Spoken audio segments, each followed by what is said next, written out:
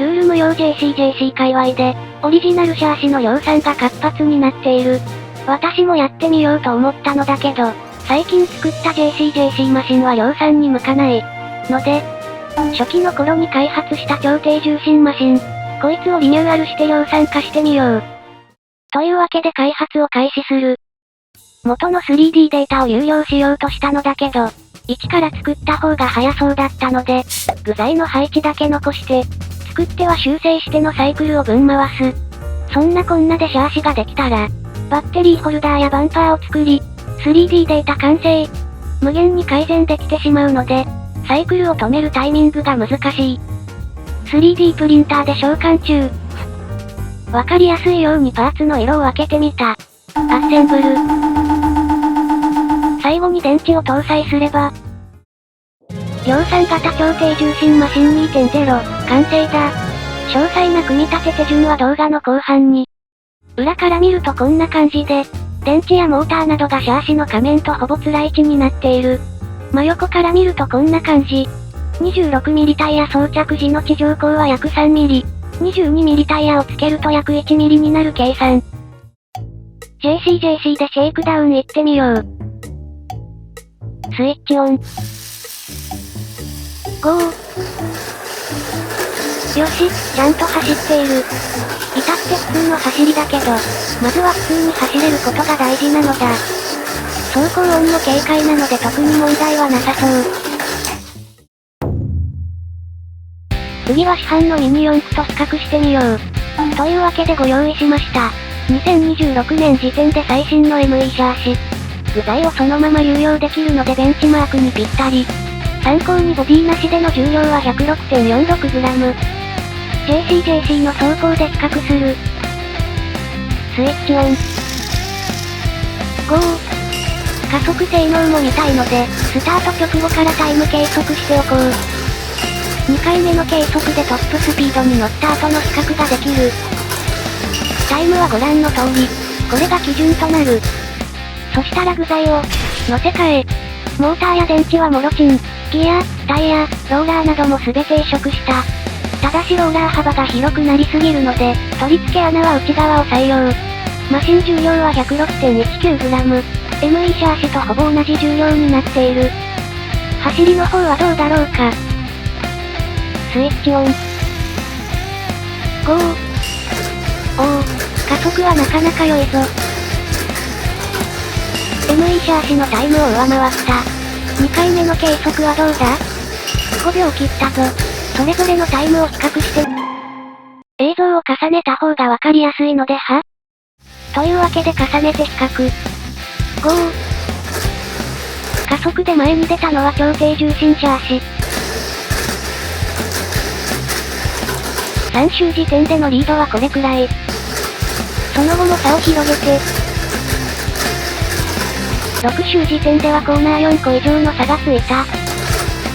さて、同じ具材なのに差がついたのは低重心だから、ではなくて、ギアの固定方法の違いが主な要因。市販シャーシはタイヤに負荷がかかるとギアが動いてしまう。これをギアカバーで押さえているのだけど、カバーのたわりなどがあるので完全には固定できない。超低重心シャーシはギアシャフトを横から入れる方式なので、タイヤに負荷がかかってもギアが上下に動かない。それとモーター自体の保持力も高いので、モーターの回転する力が逃げにくい。シャーシの剛性も高く、ギアの噛み合いがずれにくいので、モーターの力を余すことなくタイヤに伝えられるのだ。ただしメンテナンス性は劣るし、シャーシの剛性は高ければ高いほど良い。というわけではないので一長一短ですね。さらにギアのクリアランスは、この突形状の削り具合で変化する設計なので、自分好みの噛み合いに調整可能。なんで最初から調整しておかないのと思うかもしれないけど、ギアやシャフトの種類や個体差によってまちまちなので、ちょっと面倒だけど削って合わせる方式にした。長くなってしまったけど、これらの要因で市販シャーシよりも速くなったというわけ。ワンランク上の走りを見たいので、フルベアリング化したマシンを作成。タイヤ系は約 22mm。みんな大好きハイパーダッシュモーターを搭載。ボディは以前作ったウイニングバードフォーミュラー。前にも同じこと言ったけど、キャノピーからモーターラベル見えるの良いぞ。スイッチオン。ゴー。あ、ところでこのセッティングでレーンチェンジは無理じゃマジか。タイムは 3.63 秒。これがリプレイを見ると、壁に跳ね返ってコースに戻っている。これはマシンの性能ではなくて完全に運だな。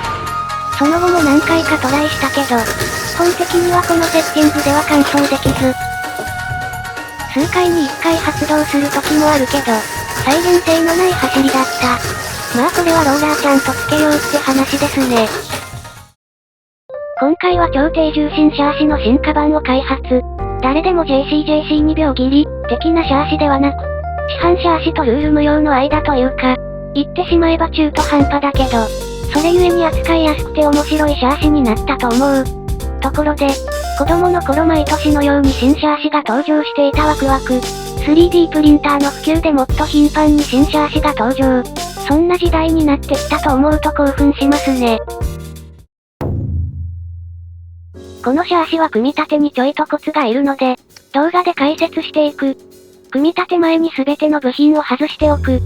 スイッチの位置に注意しつつ、四角いモーターホルダーをスライドして外す。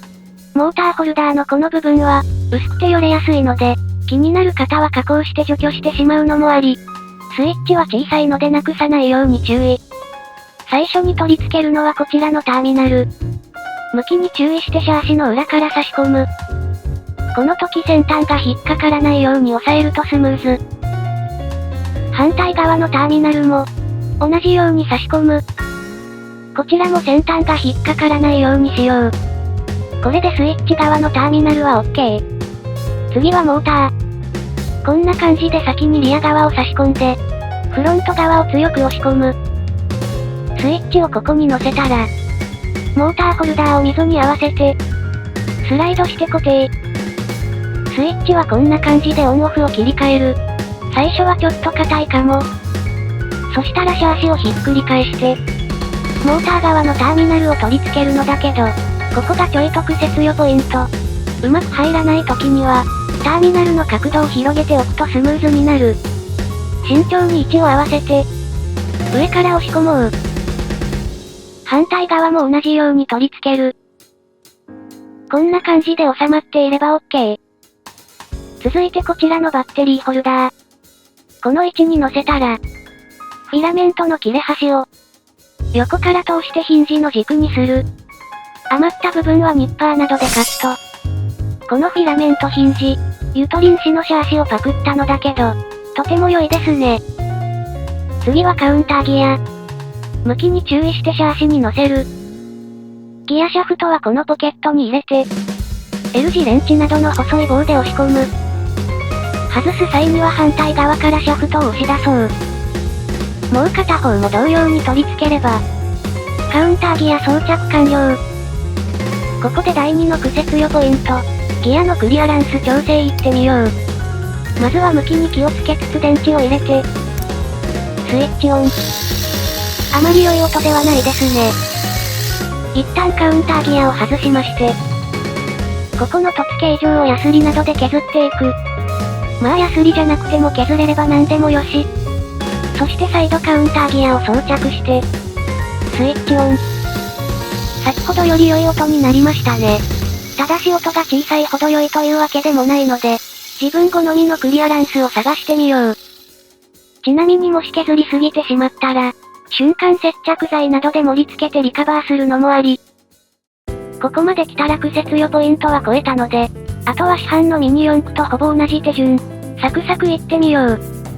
左右の軸受けを取り付けたら、スパーギアを乗せて、六角シャフトを通し、タイヤ&ホイールを取り付ける。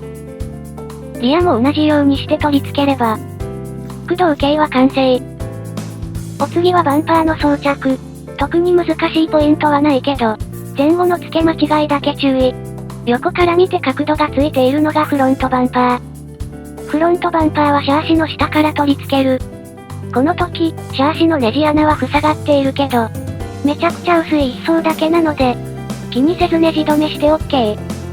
2箇所ネジ止めすれば、フロントバンパー装着完了。リアバンパーはシャーシの上からネジ止め。最後にローラーを取り付けて、電池を入れれば組み立て完了。このままだとギアが剥き出しで危険が危ないので、ミニ四駆のボディを装着するか、付属のギアカバーを取り付けよう。